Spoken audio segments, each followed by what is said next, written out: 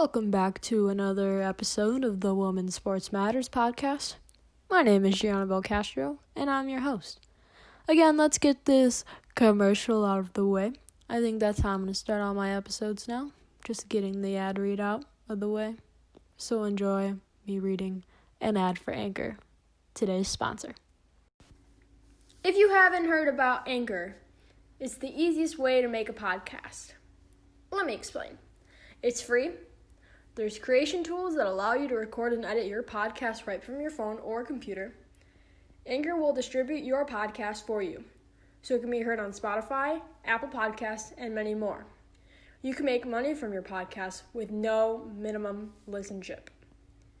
It's everything you need to make a podcast in one place. Download the free Anchor app or go to anchor.fm to get started. I highly recommend this app. It is the easiest way to make a podcast. And my podcast is available on Spotify, Apple Podcasts, and Google Podcasts, and many more. If you want to create something for people to listen to, download the free Anchor app today. All right, I'm glad we got that ad read out of the way because honestly, those are really annoying. And when I listen to podcasts myself, I hate when they're in the middle of listening and they just interrupt everything that's going on. Like, I just want to keep on track, you know what I'm saying?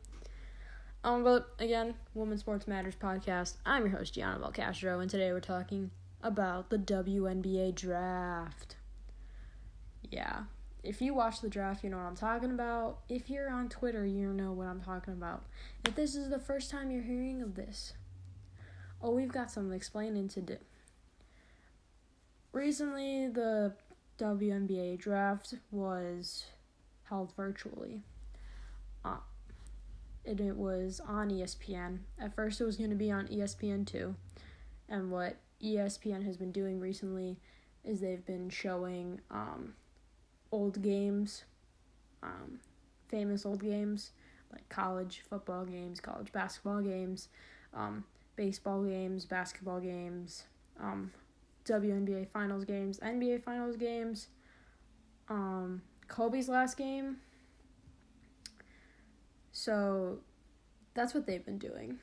And when it was discovered that they would only have it on ESPN2, people got mad that they didn't have it on ESPN, because that's the main channel. Like, why wouldn't you put it on there? You don't have anything better to do or to show.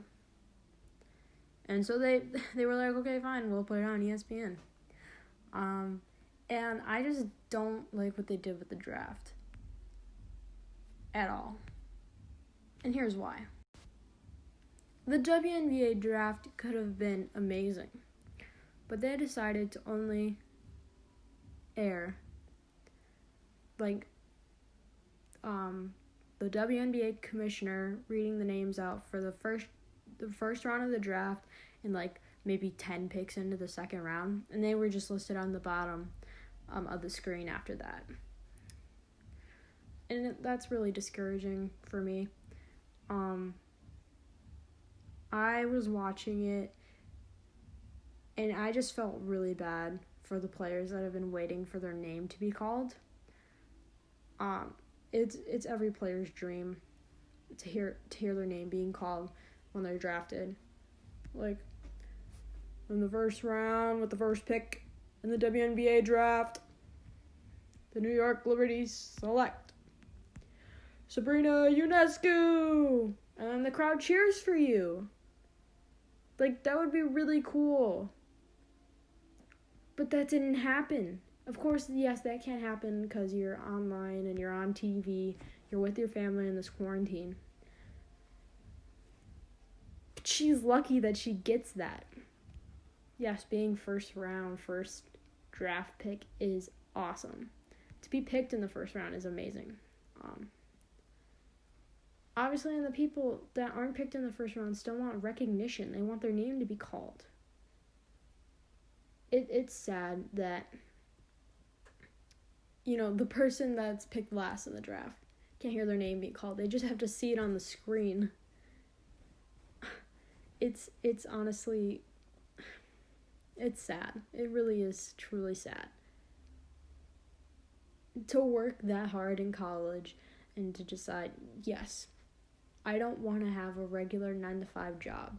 I want to play in the WNBA, or I want to play in any sports league. I'm going to get drafted. I can't wait to hear my name get called. And then no one calls your name, but you get drafted. I love Sabrina Ionescu. I think she's amazing. One of the best basketball players I've ever seen. But the fact that ESPN kept talking about her instead of shining light on other draft picks is disrespectful to those players. I started watching Sabrina my junior year of high school. Or maybe sophomore year of high school. After I heard about their success in the tournament, I'm like, that's a team to watch out for. Like, I knew, like, that's it. We're watching out for this team. And to see how far the Oregon team has gone in the past few years, and how far they could have gone this year, I had them winning the championship.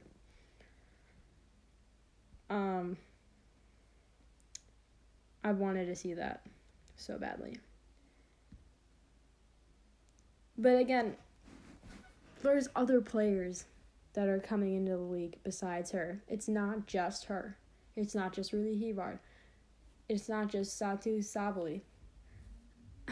It's more than that. Like, Megan Walker's in the league. That's cool. Like, come on. There are more people. I can't wait for those people that were picked in the second and third round who didn't have their names called to just shine in the league. That's what they deserve, honestly. It's disrespectful.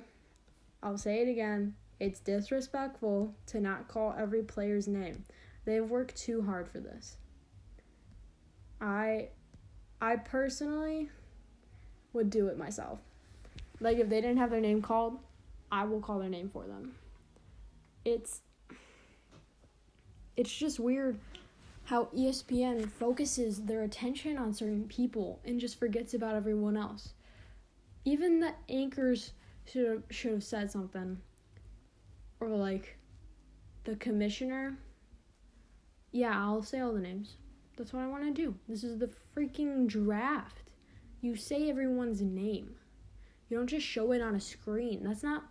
Their family didn't come together for this. They didn't work hard for this. Just see their name on a screen. They want their name to be read. I'm disappointed. I could ramble on and on about this.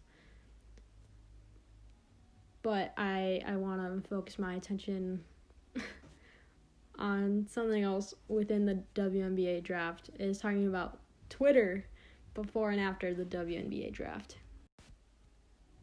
I forget who said this on Twitter, but one of the people that work for ESPN was like, yes, the NFL draft coming up. It's the first time we've had some real sports in a while. Yeah. That's not the move. It bothers me, honestly, at this point. The fact that people still don't recognize the league as a real league. The W has been building and building to get to where they are today. The players are starting to get recognized more, and it's awesome to see that. But the disrespect on social media towards women in sports has got to go. I am so tired of the kitchen comments. The kitchen comments have to go. And that comment that person that works at ESPN made, awful. Real sports? Really? Did you not watch the draft? Did you not hear about the draft? Yes, the NFL is important to a bunch of redneck white guys. But the thing is, sports are sports, whether you like to call them or not, whether who plays them or not. it's your goal as a person that works at ESPN to be inclusive with every sport that you talk about. He shouldn't have tweeted that out. Literally, the WNBA draft was like a week before or 2 weeks before the NFL draft. And it's just awful. One of my favorite tweeters of all time is Matt Ellenduck, who used to work at SB Nation, who's furloughed right now, and who has an amazing newsletter. He literally fired back, and he's like, "Real sports? Really? Like, you work there." And other people did that too. He's not the only one. I wanted to comment something, but I was like, I'm a hold back. I'm just gonna see what happens. And you have every right to be furious with this dude. The whole narrative between what's a real sport and what's not can be debated forever, honestly. Is chess a sport? It's not, but okay. Like, where is chess written down as a sport? Like, why do high schools say that's a sport? That doesn't make sense to me. I'm okay with that argument. But people saying cheerleading's not a sport, or track and field isn't a sport, or women's basketball or women's soccer isn't a sport, but men's basketball and men's soccer is. It's a little weird, guys. It's a little weird. Not gonna lie. Like, who says that? And what sense does that make? It doesn't. And again, a lot of people like Kobe. That's a fact. A lot of people looked up to him. And these Kobe fans that say that they're girl dads, quote unquote, and then they disrespect the women's game is ridiculous. And they just keep influencing these idiots online for making their comments. And then talking about player sexualities, or like TikTok saying that they'll have to get 4 jobs in order to support WNBA players when they marry them or whatever. I don't know. It's really stupid to me. I think people need to think more. They're losing brain cells. They don't have brain cells. They definitely don't have brain cells. Let's be honest here. Again, this is all my opinion. You can feel however you want to feel about this. But I just think it's disrespectful what ESPN did and what an employee of ESPN did.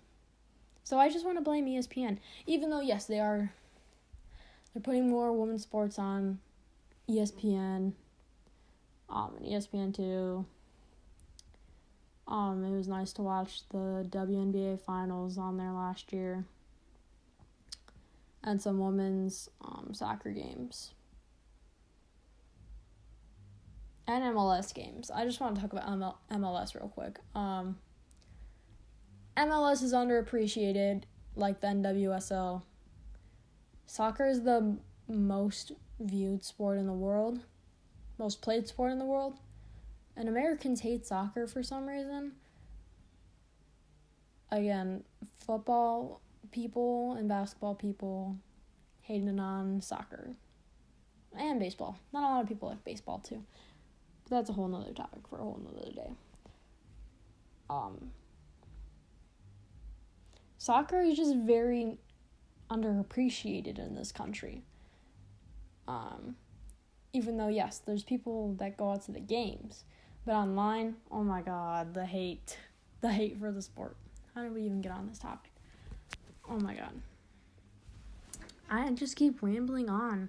I'm just really upset. And this is why I started this podcast, so I can talk about my feelings. Without having to do it in real life, because not a lot of people in my life like sports as much as I do. But there is one more thing I want to talk about, the WNBA draft, real quick. The one last thing I want to touch on with the WNBA draft is that I hope that it is not like this ever again. It was a great test run. It was a rough draft. They should never do it again, honestly, like this. It's disrespectful. The players didn't get the recognition that they deserved. Only first rounders did, basically. And it's really tough to watch from home and to be like, why don't I hear their name being called? Like, that's the whole point. It's really stupid, honestly.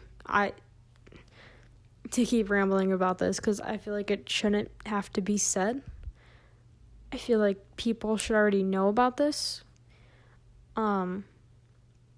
Again, disrespectful. I'm just going to keep on saying it. It was disrespectful. I hope no one ever does this again.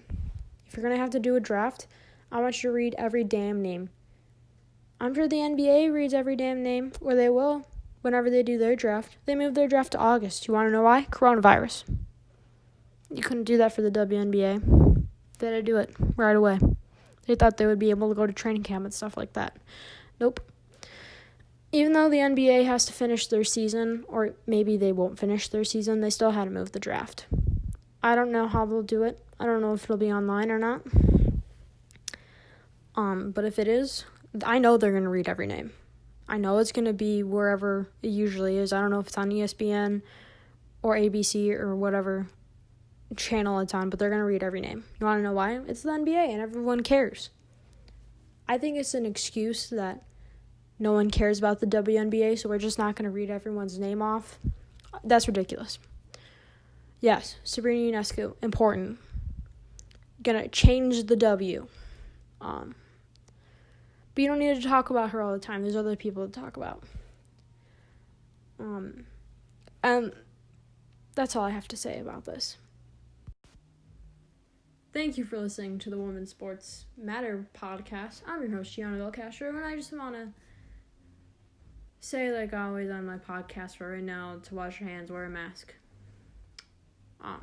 Stay 6 feet away from others. Don't go out unless you need to. Remember to social distance. If you're going to hang out with your friends, hang out from the comfort of your cars or something like that.